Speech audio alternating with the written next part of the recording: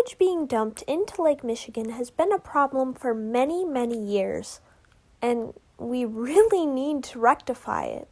However, it seems it will be an ongoing problem for many years to come.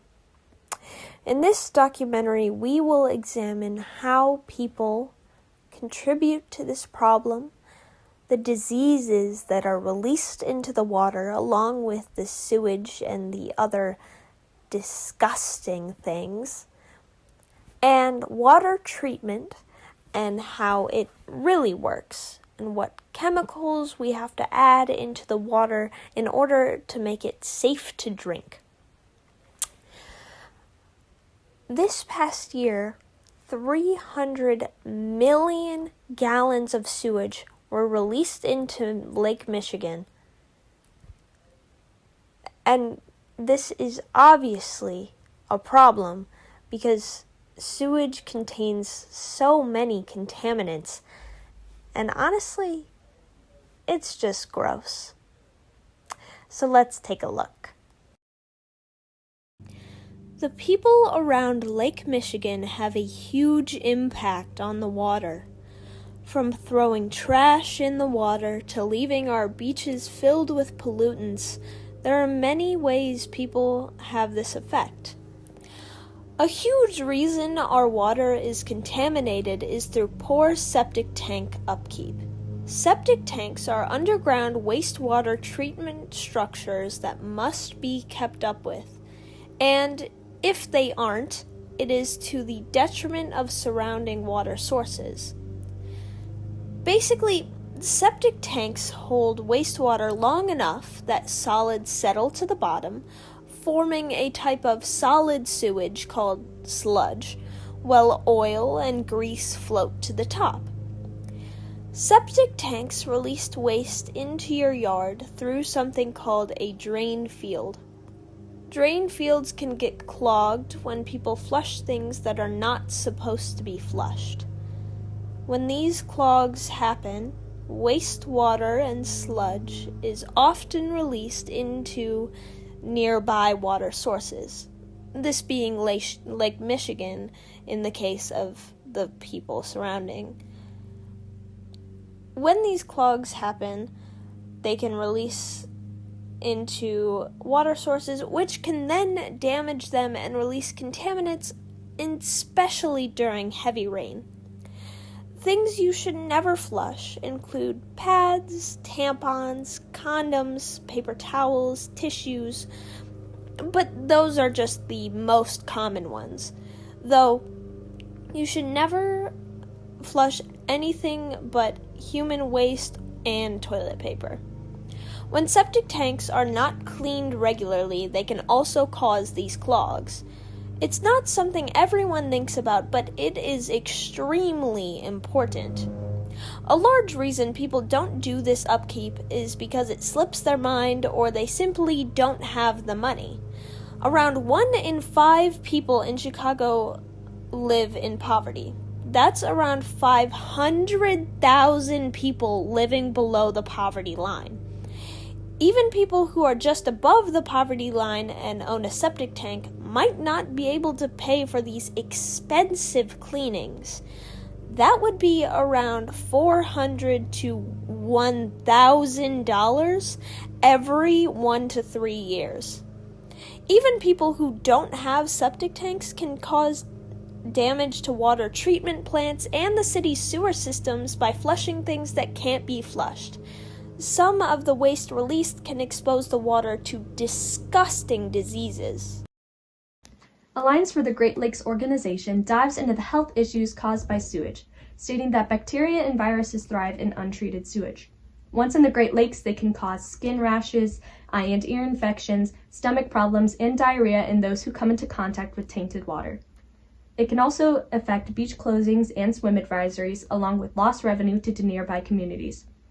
With visitors constantly swimming into the lake, since they're told it is safe, they're unknowingly risking their health. Not only are they not warned about the contamination, they are not even aware of it.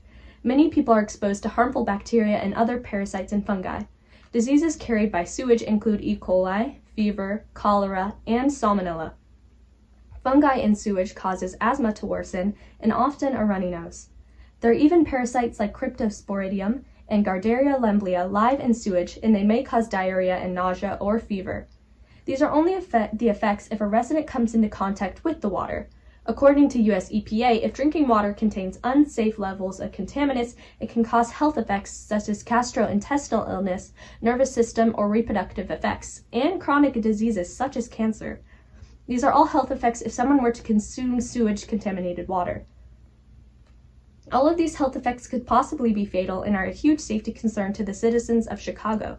Considering Lake Michigan is a Great Lake, therefore a major contender to water supply, this could be an issue for people outside of Chicago and even Illinois. It could even be an issue for all of America.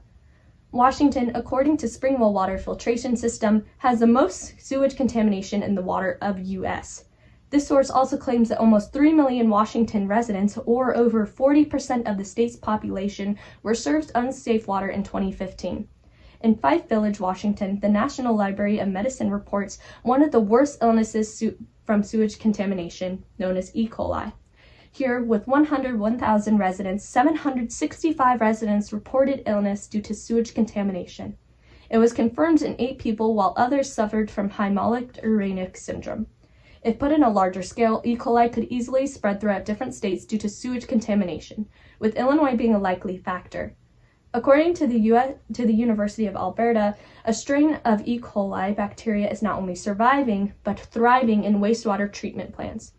According to recent research from a University of Alberta-led team that is now working to understand their potentially harmful impact on human health. They could also continue this report by questioning the virus's lifeline, stating, "Could it be that our processes of treating wastewater line are leading to the emergence of these water treatment resident pathogens?" He asked, can we damage these E. coli enough so that they can no longer evolve and repair, or would increased treatment exterminate the problem by causing them to adapt again? In general, E. coli is alive in sewage waters and is a very vital health concern to the topic of our sewage systems. Not only E. coli, but other issues even leading to cancer are extremely dangerous for not only Chicago residents, but for everyone.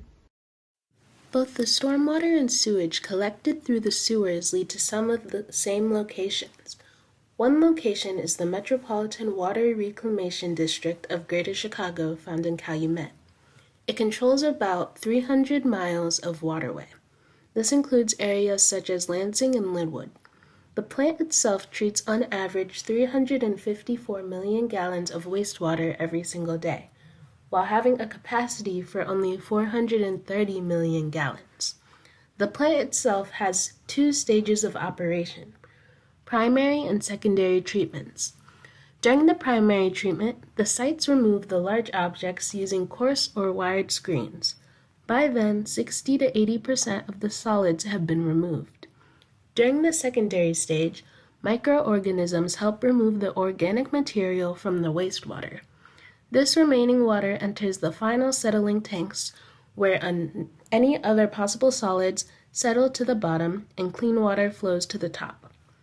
A tertiary treatment is an additional process that is only done at some of the MWRD locations and not all of them. Some facilities use chlorination or dechlorination treatment to neutralize or kill bacteria and microorganisms to reduce health risks for those who happen to come in direct contact with the water. This final result, to be clear, is not the water that is filtered for our consumption. This treated water is released into the Little Calumet River. The solid waste extracted from the waters are sent to temperature-controlled digesters and pass through washing machine-like centrifuges to dewater the sludge. They are sent to Calumet Solids Management Area for further treatment. This entire process takes only about 8 hours to complete. These facilities are regulated under the EPA's National Pollutant Discharge Elimination System Permit Program, or NPDES for short. This location in particular has been given high awards for compliance with their standards.